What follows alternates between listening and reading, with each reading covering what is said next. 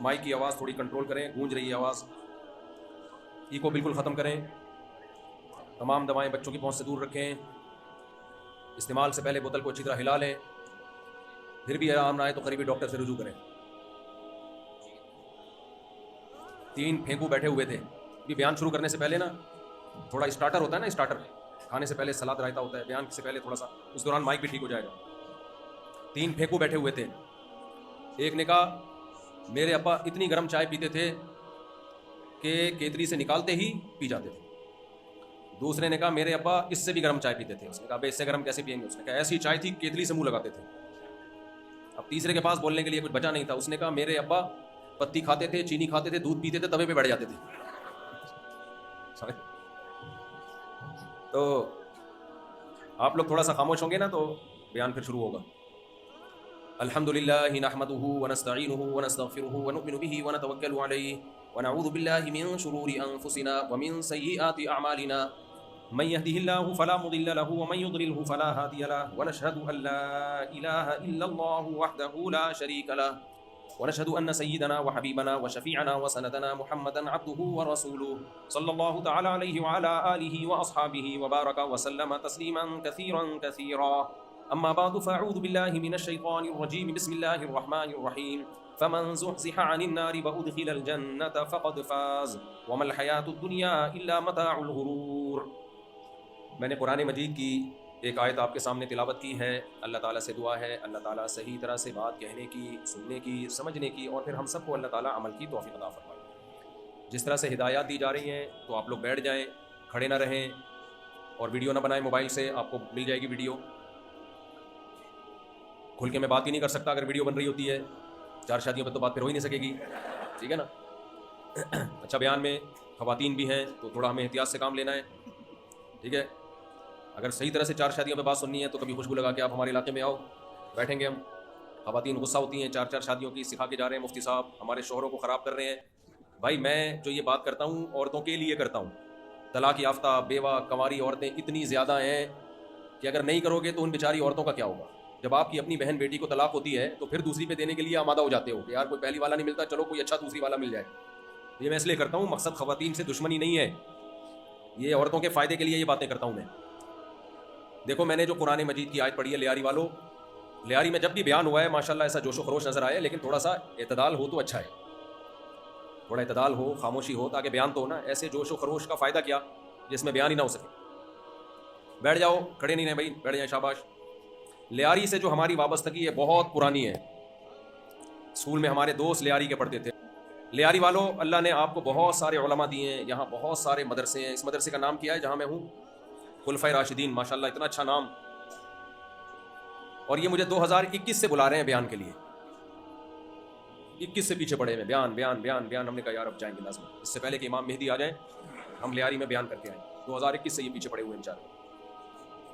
تو دیکھو میں کوئی نئی بات نہیں کروں گا آپ کے سامنے، میری کوئی بات میری نہیں ہوگی، جو اللہ رسول کا پیغام ہے آپ تک پہنچاؤں گا، جو علماء پہنچاتے ہیں۔ آپ کے یہاں علماء بہت ہیں ماشاءاللہ، مدارس بہت ہیں، تبلیغ کا کام بہت ہے، ان سے جڑو۔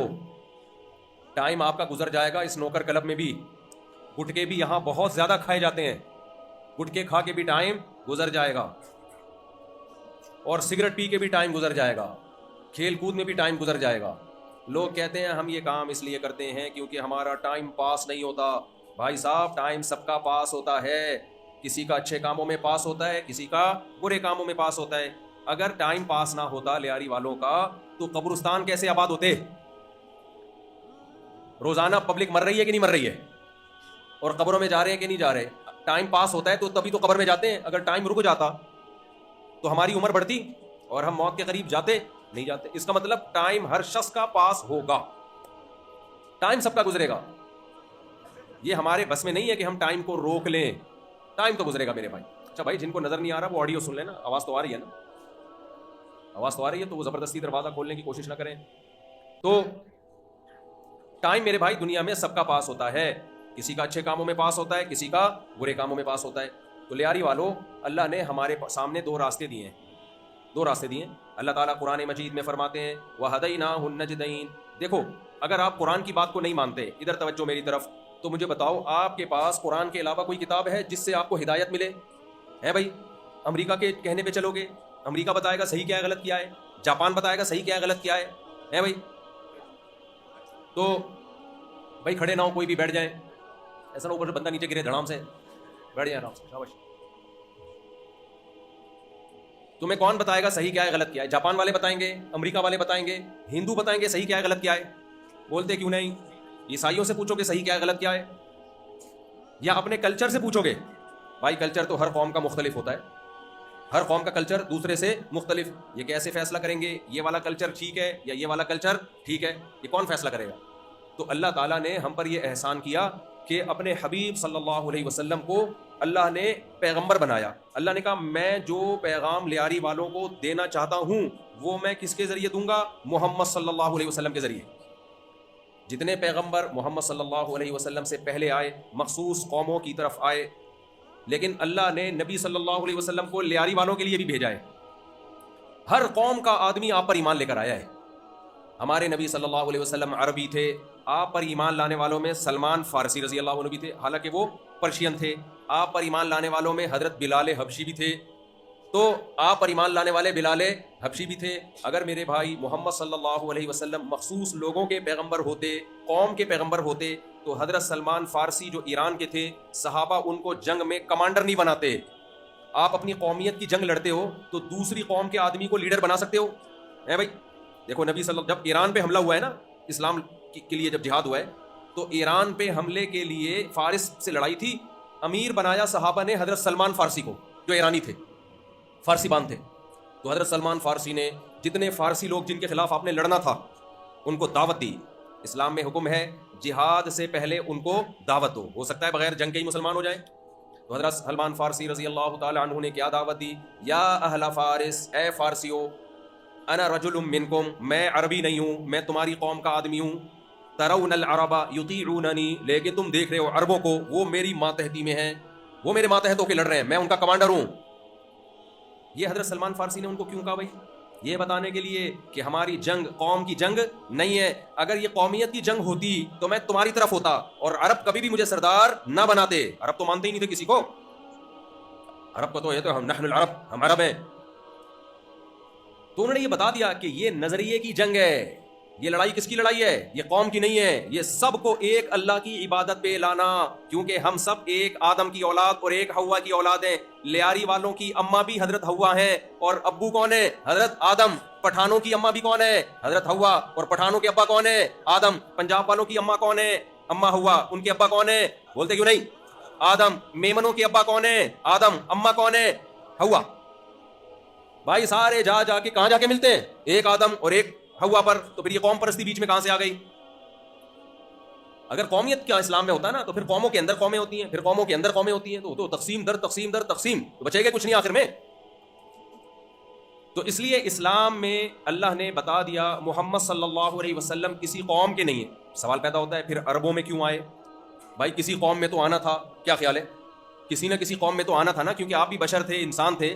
تو بتا دیا کہ میں عربوں میں آیا ہوں، مگر عربوں کے لیے نہیں ہوں، میں اللہ کے حکام کو دنیا میں نافذ کرنے کے لیے ہوں۔ دیکھو لیاری والو، اگر محمد صلی اللہ علیہ وسلم عربوں کے لیے آئے ہوتے تو پھر آپ کا سب سے پہلا جہاد عربوں کے خلاف نہ ہوتا۔ دیکھو ہمارے نبی کی جو سب سے پہلی لڑائی ہوئی ہے، جس کو غزوہ بدر کہا جاتا ہے، بلکہ اس سے بھی پہلے ہمارے نبی کو مکہ سے کس نے نکالا؟ بلوچوں نے، بولتے کیوں نہیں؟ سرائکیوں نے، اے بھائی انگریزوں نے، لیاری والوں نے، مکرانیوں نے، کس نے نکالا؟ عربوں نے۔ پھر عربوں میں بہت ساری قومیں تھیں، نبی قریش میں سے تھے، آپ کو نکالا کس نے؟ قریشیوں نے۔ نبی بنی ہاشم میں سے تھے، اس نکالنے میں بنو ہاشم کے بھی بہت سے لوگ شریک تھے۔ پھر نبی صلی اللہ علیہ وسلم کی جو سب سے پہلی لڑائی ہوئی ہے اس کو غزوہ بدر کہا جاتا ہے۔ تو آپ کی تلوار جو سب سے پہلے اٹھی، ادھر بھی قریشی ادھر بلوچی ہے، پٹھان تھے مقابلے میں، انگریز تھے مقابلے میں، ادھر بھی عربی، ادھر عرب ادھر بھی عرب، ادھر قریشی ادھر بھی قریشی، ادھر ہاشمی ادھر بھی ہاشمی۔ سمجھتے ہو کہ نہیں سمجھتے؟ ہاشمی سرمے والے نہیں سمجھ لیں آپ کہیں، وہ الگ ہیں، وہ بھی ہیں لیکن وہ والے ہاشمی نہیں ہیں۔ تو وجہ کیا ہے بھائی؟ حضرت بلال کیوں نبی پہ ایمان لے کر آ رہے ہیں؟ نہ رنگ عربوں جیسا، نہ بال عربوں جیسے، نہ شکل و صورت عربوں جیسی، کیوں ایمان لا رہے ہیں؟ نبی صلی اللہ علیہ وسلم نے بتا دیا بھائی میں تمام انسانوں کو ایک اللہ کا غلام بنانے کے لیے آیا ہوں، اور پھر ہمارے نبی نے صرف یہ دعوت دی نہیں, آج بہت سارے لیڈر ہیں بڑی بڑی باتیں کر کے جاتے ہیں, میں یوں, خود جو ان کا لائف اسٹائل ہوتا ہے اور خود جو ان کے دعوے ہوتے ہیں اس پہ پورے نہیں اترتے. سیاسی لیڈر بعض ساروں کی بات نہیں کر رہا میرے بھائی, بعض دفعہ کیا کرتے ہیں, لے کے جائیں گے آپ کو, آج یہ کر دیں گے, یوں کر دیں گے, تھوڑا سا مقابلہ ہوتا ہے, لیڈر مارکیٹ سے شارٹ. سب سے پہلے کون شارٹ ہوتا ہے؟ لیڈر. پبلک کہتی ہے اب ہمیں کہاں لا کے چھوڑ دیا.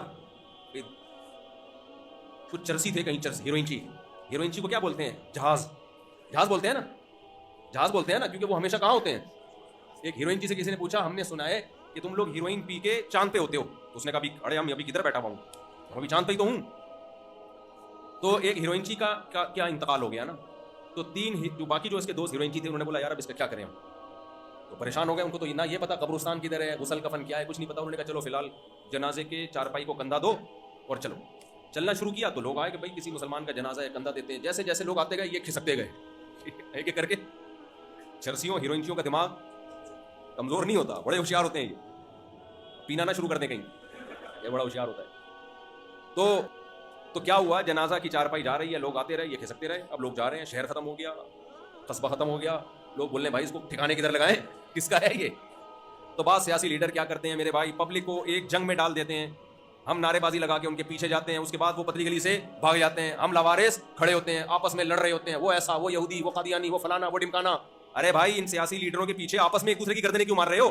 یہ لیڈر کل خود بیٹھ کے چائے پی رہے ہوتے ہیں, گپے لگا رہے ہوتے ہیں, اور ہمیں آپس میں کیا کر دیا ہوتا ہے, لڑوا دیا. تو لیڈر کے پیچھے جاؤ, میں منع نہیں کر رہا. سیاست میں کوئی کسی کو ووٹ دیتا ہے, کوئی کسی کو ووٹ دیتا ہے, تو جس پارٹی کو آپ اچھا سمجھتے ہو اس پارٹی کو جوائن بھی کرو, اس کو ووٹ بھی دو, لیکن اس پارٹی کی خاطر اپنے رشتوں کو اور اپنی دوستیوں کو خراب بولو مت کرو. کیونکہ یہ بات میں بیٹھ جاتے ہیں آپس میں, قوم کے وسیع تر مفاد میں گلے بھی مل رہے ہوتے ہیں, ہم ایک دوسرے کو بلا بلا کیا کہ. تو نبی صلی اللہ علیہ وسلم اللہ کی طرف سے بھیجے گئے لیڈر تھے, مقتدا تھے, رہبر تھے.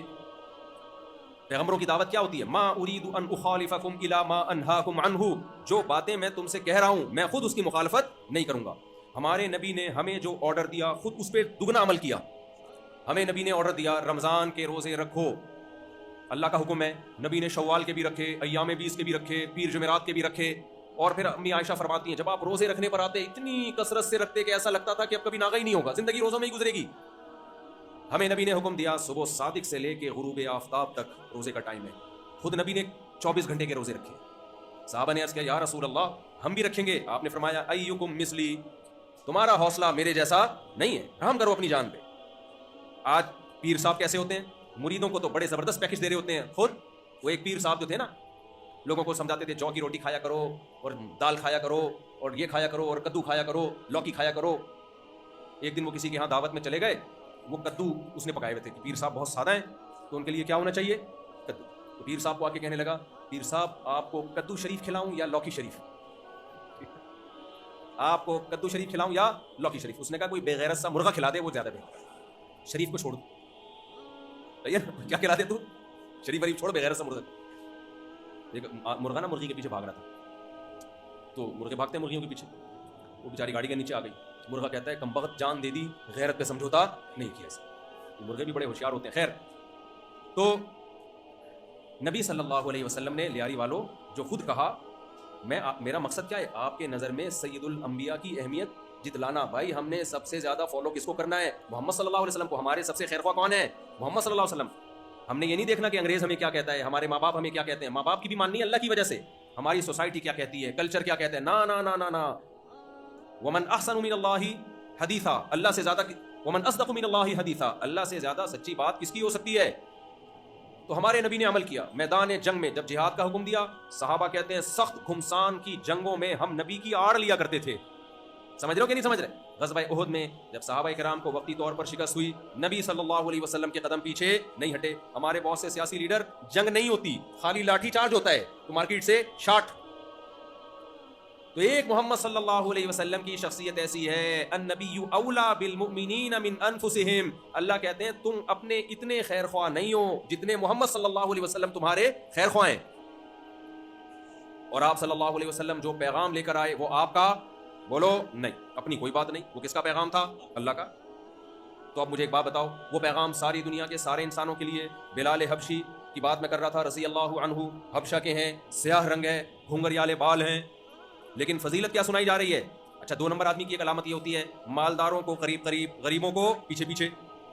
کیا خیال ہے بھائی مالداروں سے دوستی ہوگی تھوڑا روکھڑا ملے گا ہے بھائی، اور غریب آدمی کم وقت چندہ نہ مانگ لے مجھ سے کہیں. ہمارے نبی صلی اللہ علیہ وسلم کی محفل میں غریب زیادہ تھے، مالدار کم تھے. قرآن کے الفاظ دیکھو، مشرکین مکہ آئے نبی کے پاس، مشرکین مکہ کے جو بڑے بڑے، ادھر توجہ کیوں نہیں کر رہے میرے بھائی آپ؟ یہ کون صاحب ہیں جو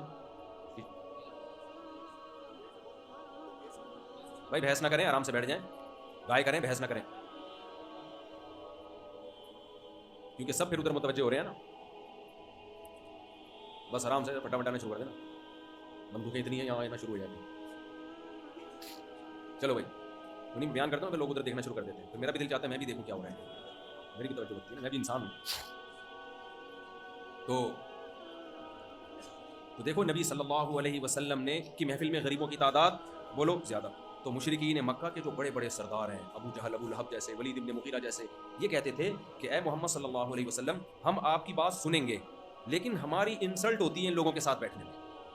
انسلٹ سمجھتے ہو نا، جو ہوتی ہے ہم لوگ کی گھروں میں ہوتی ہے، اس کو کیا کہتے ہیں؟ انسلٹ. جو مسلمان مرد کی گھر میں جو چیز ہوتی ہے اس کو کیا بولتے ہیں؟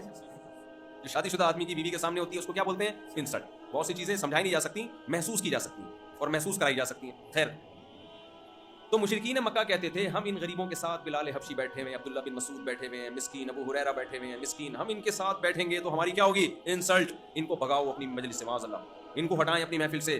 اللہ فرماتے ہیں ہر نبی کو یہ تانا دیا گیا ہے، ہر نبی کو یہ تانا دیا گیا غریبوں کو ہٹاؤ اپنی محفل سے. اللہ نے فرمایا کہ اے نبی ان سے کہہ دیجئے وَلَا تَطْرُدِ الَّذِينَ يَدْعُونَ رَبَّهُمْ بِالْغَدَاةِ وَالْعَشِيِّ يُرِيدُونَ وَجْهَهُ. اے نبی آپ ان کو اپنی محفل سے ہرگز نہیں ہٹا سکتے جو صبح و شام اللہ کو پکارتے ہیں، اللہ کی یاد کے لیے آپ کی مجلس میں بیٹھتے ہیں، کیونکہ اسلام کی دعوت میں امیر اور غریب میں کوئی فرق نہیں ہے. بھائی جس نے دین کی بات سنی، ابھی دیکھو مجلس میں بیٹھے ہیں نا، کوئی وزیر بیٹھا ہوگا، کوئی فوج کا افسر بیٹھا ہوگا، کوئی پولیس افسر بیٹھا ہوگا، ساتھ میں رکشے والا بیٹھا ہوگا، ٹماٹر والا بیٹھا ہوگا، کوئی بیچارہ موچی بیٹھا ہوا ہوگا، کوئی گلی میں جھاڑو لگانے والا بیٹھا ہوگا، کوئی علاقے کا کونسلر بیٹھا ہوگا. تو دین کی دعوت میں مسجد میں کوئی فرق ہے؟ ہندوؤں کے ایسا ہوتا ہے پہلی جو بھگوان، جو بڑا بھگوان ہے نا، جو ذرا ایکسپینسو ہوتا ہے تھوڑا سا وہ بھگوان، تو ادھر جانے کے لیے تھوڑا اعلیٰ کوالٹی کے لوگ ہونے چاہیے، پھر وہ بڑا سیٹ اپ چلتا ہے ان لوگوں کا. وہ ان کا مذہب ہے بھائی، وہ اپنے مذہب کے، کسی کا مذاق اڑانا مقصد نہیں ہے. پہلی صف میں کوئی رکشے والا آ کے بیٹھ جائے، اسلام میں حکم ہے نہیں رکشے والے وہاں بیٹھیں گے، 22ویں گریڈ والے آگے آ جائیں. کوئی ہے اسلام میں؟ بولتے کیوں نہیں بھائی؟ سارے ایک ہی، جو پہلے آ گیا وہ پہلے بیٹھ گیا، کیونکہ مسجد اللہ کا گھر ہے، یہاں کوئی فرق نہیں ہوگا. کوئی ایسا اللہ نے کہا بھائی پٹھان لوگ پہلی صف میں بیٹھیں گے، بلوچ دوسری میں، یا بلوچ پہلی صف میں، پٹھان دوسری صف میں، سرائی کی تیسری صف میں؟ کوئی ہے نہ. اللہ کا گھر ہے بھائی، اللہ کے لیے سب برابر ہیں. جو پہلے آ گیا وہ پہلی صف میں بیٹھے گا. بعض دفعہ بچے بیچارے نہ سمجھ ہوتے ہیں، وہ پہلے آ جاتے ہیں، آپ سمجھدار ہیں، آپ آخری صف میں آتے ہیں، بچوں کو یوں کر کے گھسیٹتے ہو آپ. بھائی آپ پہلے آ کے بیٹھو. ایک آدمی کی گائے، دیہاتی کی گائے مسجد میں آ گئی نا، امام صاحب نے ڈنڈے سے کھینچ کے مارنا شروع کیا. وہ دیہاتی بھاگتا ہوا آیا، بولا امام صاحب بے زبان بے وقوف جانور ہے، کبھی مجھے دیکھا آپ نے مسجد میں؟ کبھی مجھے دیکھا؟ بیچارہ بے وقوف آ گیا. تو جو بیچارے مسجد کی پہلی صف میں آ کے بیٹھتے ہیں ان کو بے وقوف سمجھتے ہیں. تو بچے آ جاتے ہیں، جب بڑے نہیں آئیں گے تو کون آئے گا آگے؟ ان کو پھر تھپڑے مار مار کے نکالتے ہیں وہاں سے. وہ کہتا ہے یار بے وقوفی میں آ گیا، اسکول ہی ٹھیک تھا پھر میرے لیے، مسجد میں نہیں آتا میں. ہاں تو میں بتا رہا تھا، دیکھو نبی صلی اللہ علیہ وسلم کی دعوت سب کے لیے. نبی صلی اللہ علیہ وسلم نے جو ہمیں کہا خود اس پر زیادہ عمل کیا. نبی صلی اللہ علیہ وسلم کی مجلس میں امیر اور غریب کا فرق نہیں تھا. مشرکین نے کہا ہم آپ کی بات سنیں گے، ان غریبوں کو نکال دو. پیغمبر نے فرمایا کہ میں ان کو نہیں نکال سکتا، مجھ پر اللہ کی طرف سے پابندی. نوح علیہ السلام کو بھی کہا گیا کہ ان غریبوں کو نکالو تو ہم بیٹھیں گے. نوح علیہ السلام نے کہا من ینصرنی من اللہ ان طردتہم، بتاؤ اگر میں ان کو پیچھے دھکیل دوں کہ تم پیچھے بیٹھو، مالدار آگے بیٹھے، تو مجھے اللہ کے عذاب سے کون بچائے گا؟ نوح علیہ السلام نے اپنی قوم سے کیا کہا؟ میں غریبوں کو پیچھے بٹھاؤں، سرداروں کو آگے بٹھاؤں، تو تم گارنٹی لیتے ہو کہ تم اللہ کے عذاب سے بچا لو گے؟ بھائی نہیں بچا سکتے. اللہ کہے گا اے پیغمبر آپ میرے میسنجر ہو، آپ میرے پیغام، آپ کا کام ہے پیغام پہنچا دینا. امیر اور غریب کا فرق یہ بغیر پیغام پہنچانا آپ کی ذمہ داری. کوئی ایمان لائے یا نہ لائے یہ آپ کی ذمہ داری نہیں ہے. خدا کی قسم کسی کی دعوت اتنی صاف ستھری اور اتنی کلیئر نہیں ہے جتنی دعوت محمد صلی اللہ علیہ وسلم کی دعوت. کسی کی دعوت اتنی صاف نہیں. تو لیاری والو پھر ہمیں فالو کس کو کرنا ہے؟ محمد صلی اللہ علیہ وسلم کو. اچھا بھائی آپ کہہ سکتے ہو نبی صلی اللہ علیہ وسلم تو اب اپنی قبر مبارک میں ہیں، اگر اللہ نے لیاری میں بھی نبی صلی اللہ علیہ وسلم کو نبی بنا کے بھیجا ہے تو نبی صلی اللہ علیہ وسلم کی تو وفات ہو گئی، اب تو ہمیں نبی لیاری میں نظر نہیں آ رہے. تو نبی نے اس کا جواب دیا، فرمایا العلماء ورثۃ الانبیاء. بنی اسرائیل میں جب کوئی پیغمبر دنیا سے جاتے تھے اللہ دوسرے پیغمبر کو بھیجتے تھے. نبی صلی اللہ علیہ وسلم آخری نبی ہیں، آپ کے بعد کوئی نبی نہیں آئے گا، یہ آپ کی شان ہے. لو کان موسیٰ حیا لما وسعہ الا اتباعی، کہ موسیٰ کلیم اللہ اگر زندہ ہوں وہ بھی کس کی اتباع کریں گے؟ میری.